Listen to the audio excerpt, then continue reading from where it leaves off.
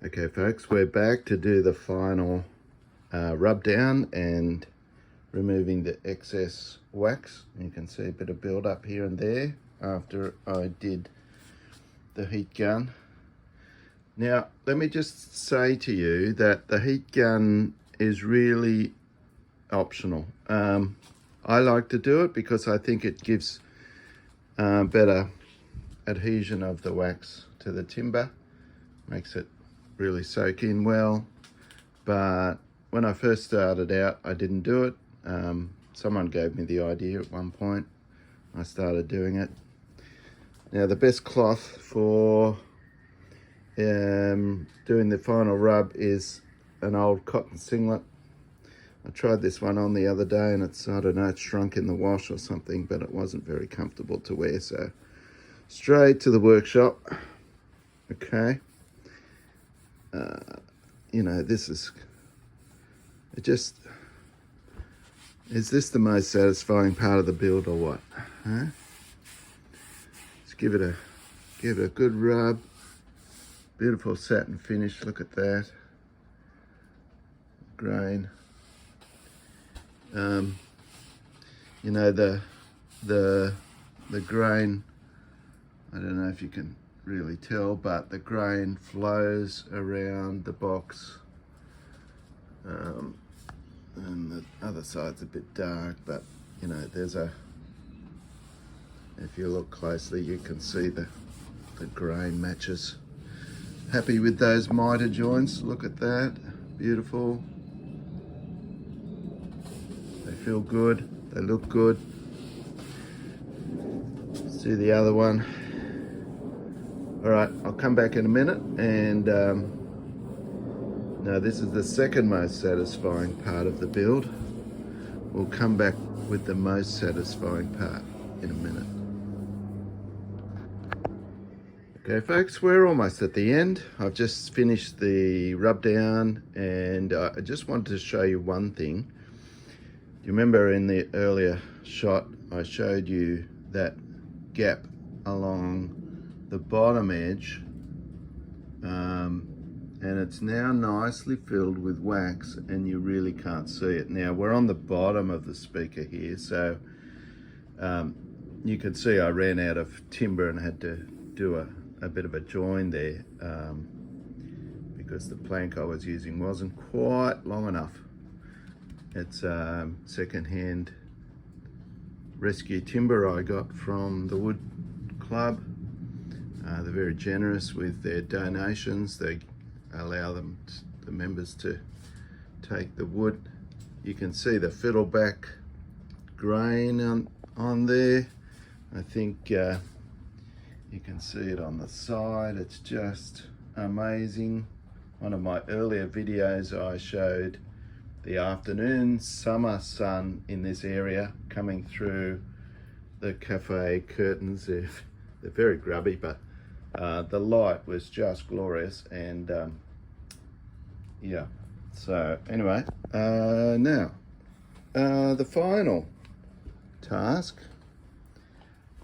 There we go. Let's have a look at the front. Oh, look at that. Oh yeah, that is just gorgeous. Now that wax will continue to harden as the oil evaporates from the mix. The oil acts as like a thinner, but oh, super happy with that. All right, now comes the most satisfying part, and that is putting my product name on the speaker.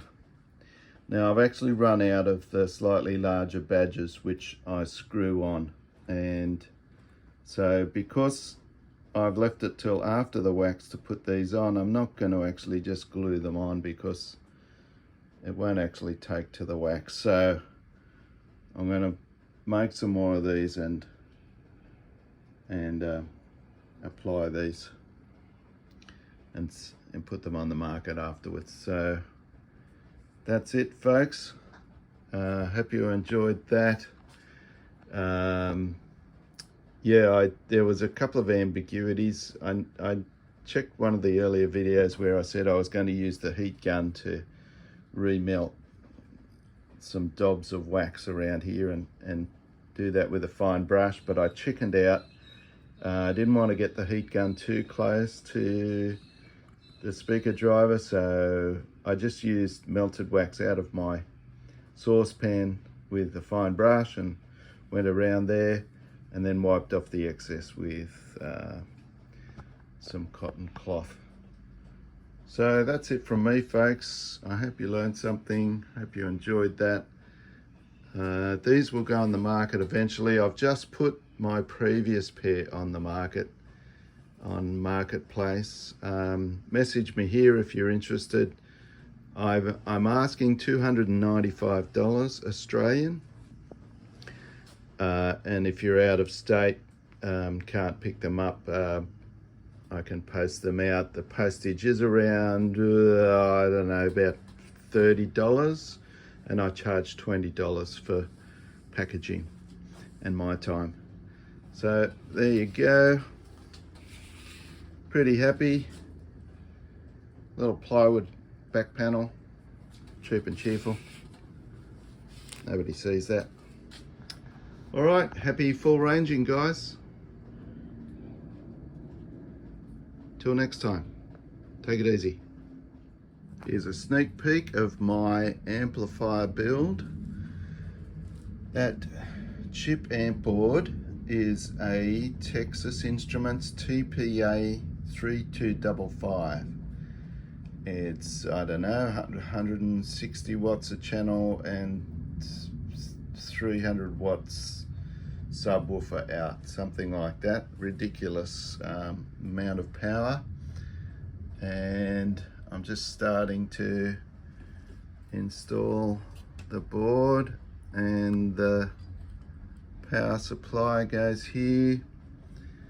Got a power switch to go on the front over there, and the power connection goes on the back. There's my backboard. I've got to do a couple more penetrations through there for the speaker wires and the USB and the aux inputs, and then I can attach the back panel and the top panel. Here's my top panel under all this rubbish here. I've put a vent in. Beautiful wood this. I don't know exactly what it is, but it's beautiful hardwood, some sort of Victorian ash maybe I got from the wood club. All right. That's coming soon. I'll do a sound test, and probably haven't taken much in the way of build video, but this is it. This is it, and yeah, we'll have sound test on this very shortly.